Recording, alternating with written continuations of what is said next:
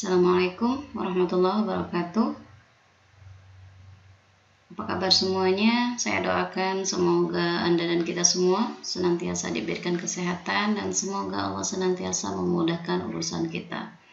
Baik, kembali lagi bersama saya Anissa di video pembelajaran mengenai basis data. Baik, pada kesempatan kali ini kita akan masuk ke pembahasan mengenai spesifikasi basis data. Ya, setelah kita kemarin membahas mengenai bagaimana cara merancang basis data ya dengan menggunakan teknik model entity relationship dengan menggunakan entity relationship diagram ya, dimana kemarin kita sudah coba buatkan entity relationship diagramnya, kemudian kita sudah membuatkan transformasi diagram IR ke LRS, kemudian kita coba sudah buatkan ke logical record structure-nya atau LRS-nya, kemudian sampai terbentuknya tabel ya. Nanti tabel yang dihasilkan itu akan kita buatkan spesifikasinya. Nah, kalau misalkan saya ambil sebuah contoh, misalkan di sini ada satu tabel ya mahasiswa yang dihasilkan dari teknik yang sudah kita gunakan dengan menggunakan teknik model entity relationship diagram ya, maka dari tabel mahasiswa ini yang terdiri dari atributnya adalah NIM, nama, alamat, tanggal lahir, dan jenis kelamin, maka nanti kita akan coba untuk membuatkan spesifikasi basis datanya, di mana item dari spesifikasi basis data itu sendiri nantinya kita akan mendefinisikan gitu ya, nama filenya apa. Jadi satu tabel nantinya akan kita buatkan satu spesifikasi basis data. Kalau misalkan nama tabelnya adalah mahasiswa, nanti kita akan buatkan spesifikasi dari tabel mahasiswa itu ya. Jadi nama filenya itu diambil dari nama relasi atau tabelnya ya. Jadi kalau misalkan di sini ada tabel mahasiswa ya, berarti nanti nama filenya itu adalah mahasiswa. Kemudian yang kedua ada medianya, media penyimpanannya ya. Nanti kita akan menggunakan media penyimpanannya, pilih salah satu saja ya. Kita akan pilih di sini ya, media penyimpanannya adalah hard disk. Nanti datanya mau disimpan di mana? Kita simpan di hard disk ya. Kemudian di sini ada isi dari filenya ya. Kalau misalkan nantinya ada tabel mahasiswa, berarti isi dari tabel mahasiswa ini adalah data, misalkan data pribadi mahasiswa atau data tentang mahasiswa gitu ya. Nah, selanjutnya ada organisasinya ya. Jadi organisasinya itu maksud dari organisasi filenya ini adalah metode pembacaan dan penyimpanan datanya. Apakah dia menggunakan sequential ya? Sequential berarti metode pembacaan dan penyimpanan datanya dilakukan secara berurutan ya. Kemudian random berarti metode penyimpanan dan pembacaan datanya dilakukan secara berurutan. Kemudian di indeks ya, berisi bagian data yang nantinya sudah tersortir ya. Kalau di indeks ya, nanti kalau misalkan di indeks berdasarkan, bisa diindeks berdasarkan NIM misalkan datanya, nanti bisa diindeks berdasarkan nama ya. Kalau misalkan indeks sekuensial berarti gabungan antara organisasi sekuensial dan random ya, itu adalah indeks sekuensial. Berarti selain di indeks ya, kemudian dia juga nanti hasilnya akan diurutkan. Misalkan kalau di indeks berdasarkan NIM, nantinya hasilnya adalah NIM itu akan diurutkan dari NIM terkecil sampai dengan NIM terbesar. Begitu juga dengan kalau misalkan di indeks berdasarkan nama, nantinya namanya itu akan diurutkan dari nama yang huruf abjadnya A sampai dengan Z ya, atau sebaliknya dari Z sampai A ya, kira-kira seperti itu ya. Nah, kalau sekuensial tadi, metode pembacaan secara sekuensial, contohnya adalah metode pembacaan dan penyimpanan data yang ada pada kaset ya. Kalau mungkin Anda pernah mendengarkan lagu yang ada di kaset, bahwasanya lagu tersebut akan diurutkan ya. Jadi kalau misalkan kita ingin mendengarkan lagu yang kelima, maka kita harus mendengarkan lagu yang pertama dulu, kedua, ketiga, keempat, baru kita bisa mendengarkan lagu yang kelima. Tapi kalau random tadi, contohnya adalah kalau kita ingin mendengarkan lagu di CD ya, compact disc, maka di sana kita akan bisa mendengarkan ya. Kita bisa mendengarkan lagu yang kelima itu secara langsung ya. Mendengarkan secara langsung ya. Jadi tanpa harus mengurutkan dari lagu yang pertama sampai dengan lagu yang kelima. Tapi tidak menutup kemungkinan yang random juga bisa dilakukan secara berurutan. Selain secara berurutan, dia juga bisa didengarkan secara langsung gitu. Kalau kita ingin mendengarkan lagu yang kelima, maka kita bisa langsung menuju ke lagu yang kelima tersebut tanpa harus mendengarkan lagu pertama, kedua, ketiga, keempat gitu ya. Ya, kira-kira seperti itu. Jadi nanti kita akan memilih ya, pilih salah satu saja organisasi filenya apa. Maka nanti yang akan kita gunakan organisasinya adalah indeks sekuensial ya. Metode pembacaan gabungan ya antara, berarti kalau indeks sekuensial ini antara yang sekuensial dan yang random. Kemudian primary key-nya kalau kemarin ini adalah tabelnya adalah mahasiswa, maka primary key-nya adalah NIM ya, yang merupakan primary key kemarin ya. Karena NIM ini bersifat unik karena nilai datanya antara satu mahasiswa dengan mahasiswa yang lainnya pasti akan berbeda. Kemudian selanjutnya adalah panjang record, yaitu besaran yang menyatakan panjang sebuah record. Jadi nantinya satuan dari panjang record ini adalah byte ya. Nanti akan dijumlahkan lebarnya berapa. Kalau misalkan saya ambil sebuah contoh ya, misalkan nantinya di sini ada NIM ya. Jadi ada struktur filenya dibuatin seperti ini sesuai dengan atributnya ada 5, maka di sini juga akan ada 5, nama fieldnya NIM, nama, alamat, tanggal lahir, dan jenis kelamin. Jenisnya ini maksudnya adalah tipe datanya apa. NIM itu misalkan kalau dengan menggunakan akses kemarin ya, jenisnya ini bisa NIM itu bisa tipe datanya adalah teks ya, atau bisa juga karakter ya, tergantung nanti DBMS yang kita gunakan itu apa ya. Kemudian lebarnya, nah NIM itu lebarnya 10, kemudian nama misalkan 20 kita alokasikan ya. Nah alamat itu misalkan 25, tanggal lahir 8, jenis kelamin itu 1 misalkan nanti. Itu jenis kelamin misalkan kalau nggak PL, jadi lebarnya cuma 1. Nah untuk mencari panjang recordnya ini ya, satuannya adalah byte, itu dijumlahkan lebarnya ini 10 tambah 20 ditambah 25 tambah 8 dan tambah 1. Dapatlah hasil dari panjang recordnya.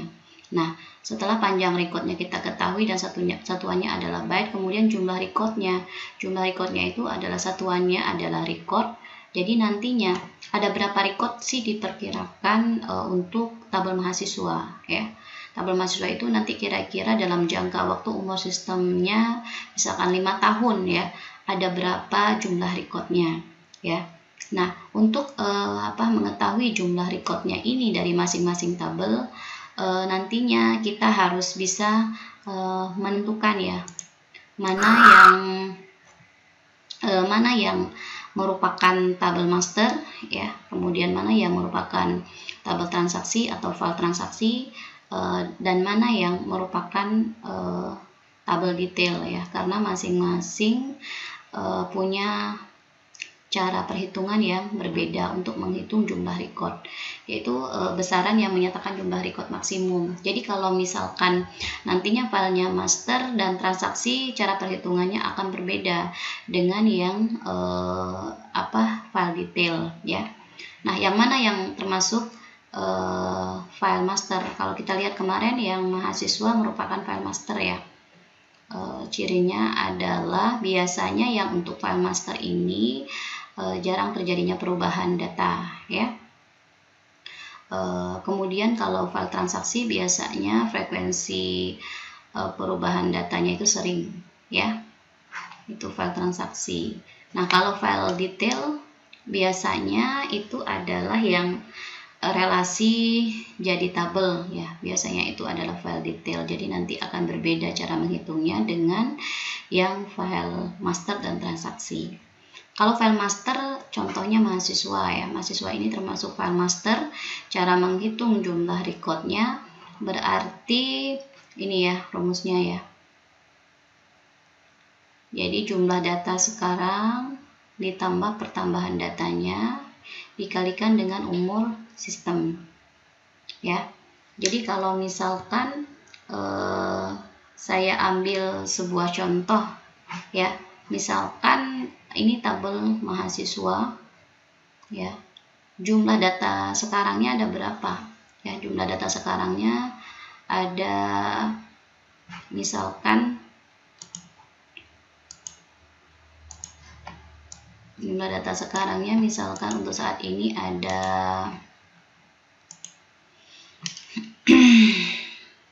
1000 misalkan ya. Kemudian ditambah lagi pertambahan datanya. Pertambahan datanya ini maksudnya ya, biasanya penerimaan mahasiswa baru misalkan itu kan per tahun ya. Misalkan dalam setahun itu ada berapa penerimaan mahasiswa barunya. Misalkan untuk dalam jangka waktu 1 tahun itu misalkan menerima 400 ya, 400 mahasiswa per tahun. Nah, kalau misalkan setahunnya ada 400 kemudian dikalikan dengan umur sistemnya ya, dikali dengan umur sistem. Umur sistem ini rata-rata kita ambil 5 tahun lah ya. Ya, jadi nanti kita tetapkan untuk umur sistemnya ini adalah 5 tahun. Nah, 5 tahun. Berarti dari asumsi yang ada atau dari kenyataan yang ada, maka kita bisa menghitung perkiraan jumlah recordnya. Berarti sama dengan 1000 ini ditambahkan dengan 400 dikali 5, berarti 2000 ya. 2000. Nanti baru hasilnya ditambahkan sama dengan 1000 ditambah 2000 berapa?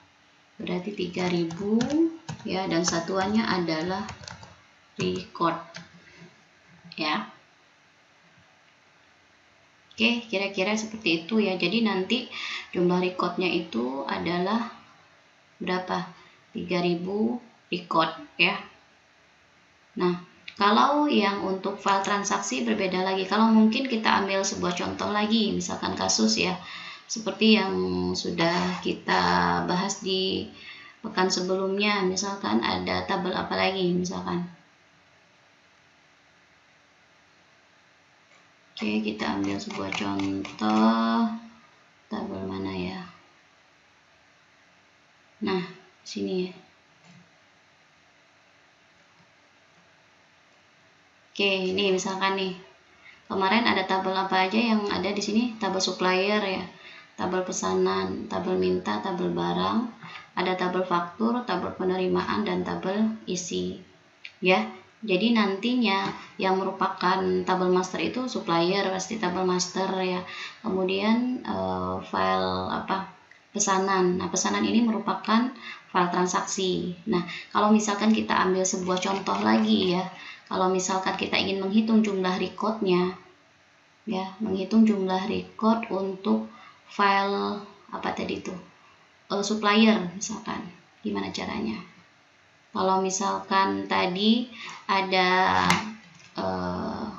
tabel supplier misalkan, kita ingin menghitung jumlah recordnya, kita akan memperkirakan gitu ya kondisinya. Kalau menghitung file master tadi jumlah data sekarang, misalkan kalau diasumsikan ya, perkiraannya untuk data supplier itu jumlah data yang sekarangnya misalkan ada 15 ya. Kemudian ditambah lagi dengan pertambahan datanya. Ya, kalau misalkan ada data supplier, pertambahan data supplier itu dalam sehari nambah itu enggak sih? Ada nggak sih nambah data supplier? Kalau misalkan tidak berhari, jadi penambahan datanya bisa per bulan. Jadi bisa per hari, bisa per bulan, bisa per tahun. Jadi kalau misalkan ya pertambahan datanya itu per bulan, misalkan dalam sebulan itu ada nambah 1 supplier misalkan, berarti ini 1 per bulan ya. Dan umur sistemnya tadi adalah, misalkan kita perkirakan 5 tahun ya. Maka asumsinya adalah kalau misalkan ada 1 per bulan ya. Kalau dalam sebulan ada 1, berarti dalam setahun ada 12 ya. Berarti dikalikan 12. Kalau sebulannya ada 1 supplier pertambahannya, kalau setahun dikalikan 12, nanti kalau 5 tahun berarti dikalikan 5 ya. Ini hasilnya berarti 15 ditambah 15 ditambah berapa hasilnya? 12 kali 5 berarti 60 ya. 60 berarti hasilnya sama dengan 75 dan satuannya adalah record ya, record, sorry. Nah, jadi gitu kira-kira ya cara menghitung jumlah record. Jadi kalau yang contoh yang pertama tadi, misalkan ini contoh menghitung jumlah record untuk data mahasiswa, ini perkiraan ya. Jadi nilai angkanya ini nanti sesuai dengan realitanya seperti apa ya. Terus kemudian jadi contoh yang kedua, cara menghitung jumlah record, misalkan ada tabel supplier. Nah, supplier itu merupakan file master. Karena dia file master, jadi cara menghitung jumlah recordnya adalah jumlah data sekarang ditambah pertambahan data dikalikan dengan umur sistem. Dan hasilnya seperti ini. Nah, kalau misalkan jumlah recordnya file transaksi seperti apa? Jadi untuk file transaksi itu rumusnya adalah frekuensi dikalikan dengan umur sistem. Maksudnya seperti apa? Tadi salah satu contoh tabel transaksi adalah pesanan ya, misalkan. Nah, kalau misalkan ada tabel pesanan, maka cara menghitung jumlah recordnya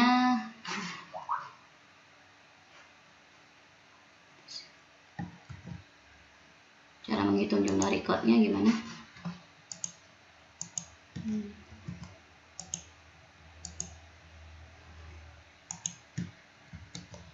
Jadi kalau ingin menghitung jumlah record file transaksinya ya, contohnya tadi adalah pesanan, maka cara menghitungnya adalah frekuensinya dikalikan dengan umur sistem. Jadi bedanya antara file master, cara menghitung file master dengan file transaksi itu hanya bedanya di sini aja. Jadi jumlah data sekarangnya tidak ada kalau di file transaksi, berarti ini dihapus gitu ya, nggak ada. Kemudian rumusnya adalah frekuensi saja, frekuensi dikalikan dengan umur sistem. Jadi frekuensinya maksudnya seperti apa? Kalau misalkan ada data pesanan, jadi pesanan itu kira-kira dalam sehari ada berapa kali terjadinya pesanan ya. Pesanan itu terjadi dalam sehari ada berapa kali misalkan.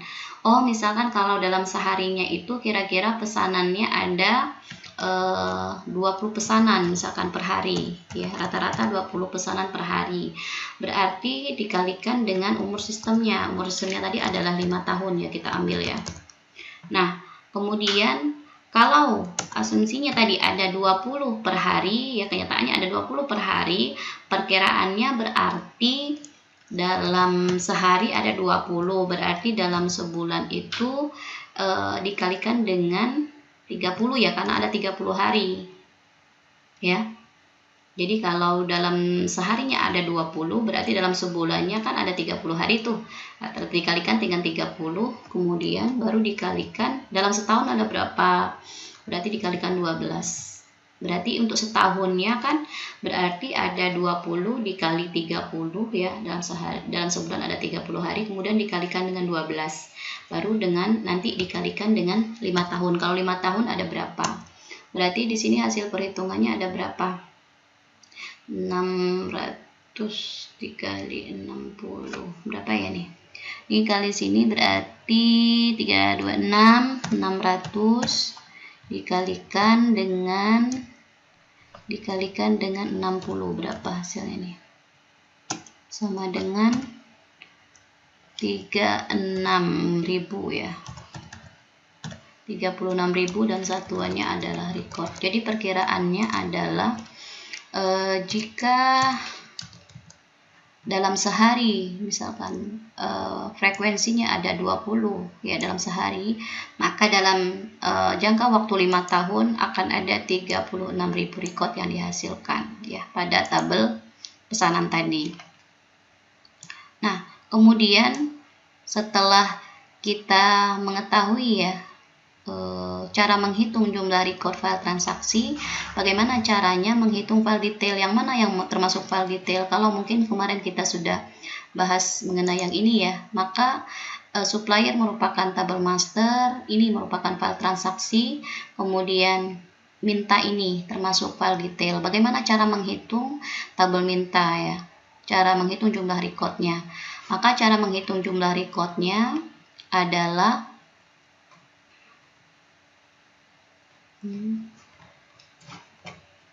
bentar ya. Cara menghitung jumlah recordnya berarti adalah jumlah record file transaksi ya.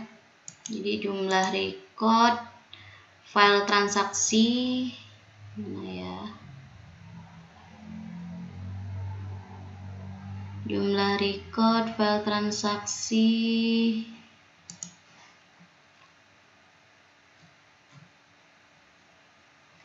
ini ya. Jumlah record file transaksi berarti rumusnya untuk yang detail adalah jumlah record file transaksi dikalikan dengan item datanya. Maksudnya seperti apa? Nah, kalau misalkan untuk mencari record file transaksi itu file detail adalah